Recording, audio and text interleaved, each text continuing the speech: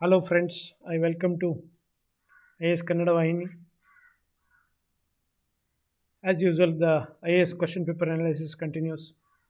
IAS 2020 on economy. Today's question, that is on free trade or international trade. First, I will read out the question. In common sense, economists generally favor free trade because there are four answer options. Since an individual country may gain from establishing tariff. Second, free trade leads to greater world efficiency, that is, production, specialization, and exchange that reallocates resources better to the benefit of all traders. Third, wealthier countries gain an advantage over the underdeveloped countries and transfer the technology. D, none of this. So the most appropriate will be, that is, among the four answers that I will tell you later. First, we will come to the foreign trade, that is foreign trade as well as free trade. Between the any trade between the two countries called bilateral. Three countries among three countries called trilateral. More than three, then it is called multilateral. So in modern days, the foreign trade is inevitable part of the each nation or like international committee, international society. So in free trade also or in the international trade also, there are so many barriers. Before coming to the barriers, first we shall see which are the advantages of the free trade. The advantages of the free trade are, first one, principle of comparative advantage. Means it, you can say like it promotes some kind of reducing the cost, and also you can say like the quality wise enhances the quality, and also the in the allocation of resources some efficiency will be there. Ultimately it leads to the well-being, the higher well-being of the people.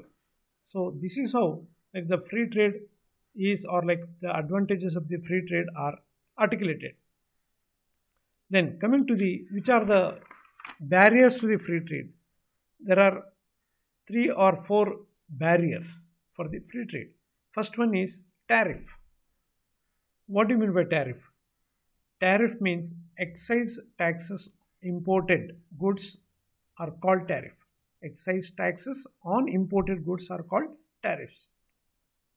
They may be imposed to obtain revenue or to protect the domestic firms. Both can happen. In a way, it is also called revenue tariff. It is also known as revenue tariff. Second one is called a protective tariff.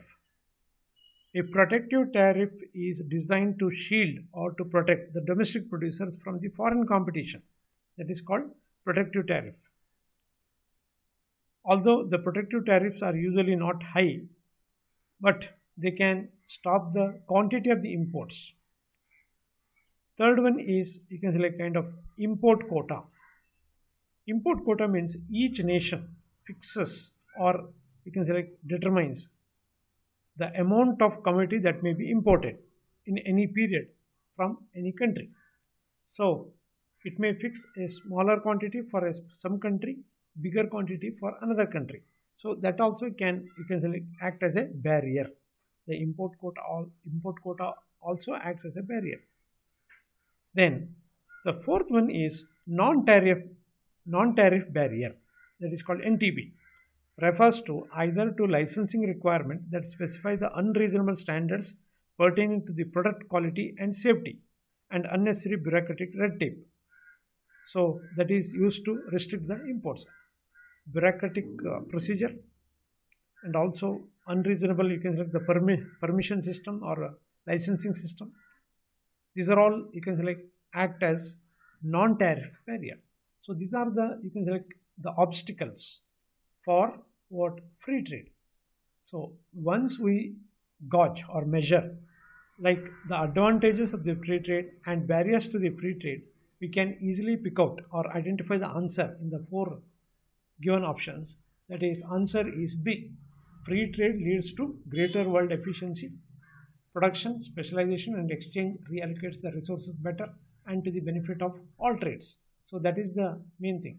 I can now we can give the good example of China.